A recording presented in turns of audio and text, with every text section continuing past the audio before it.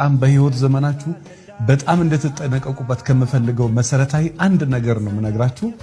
ይሄን ቪዲዮ በእውነት ለምትወዱት ሰው ሼር አድርጉለት፣ በጣም እንዲጠነቀቅ፣ በተለይ ወጣቶች ከሆናችሁ። እሱም አንድ ነገር ነው። እሱም እስከ ዕለተ ሞታችሁ ድረስ እድሜ ልካችሁን ህይወታችሁን የሚያበላሽና በጣም አደገኛ ዛሬ ላይ በ60 ዓመቷ በ70 ዓመቷ ዛሬ ላይ በ60 ዓመቱ በ70 ዓመቱ በ80 ዓመቱ በጣም የመከራ ትንፋሽ እየተነፈሰ እያለቀሰ ዋጋ እየከፈለ የሚኖር ሰው አለ።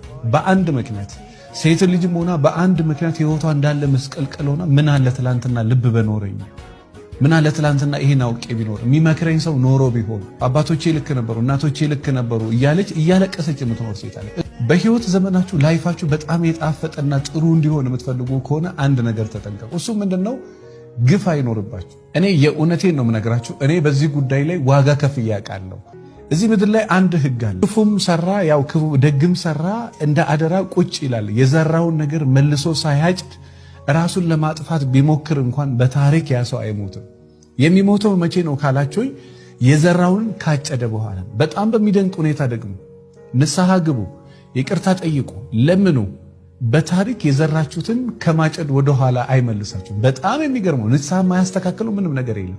ያችን የዘራሃትን ግን ታጭዳለህ። ምናልባት መልኳን ምናልባት መቻሏን እግዚአብሔር ይቀይርልህና ያስችልህ ይሆናል እንጂ በህይወት ዘመን የዘራኸውን መልሰህ ታጭዳለህ።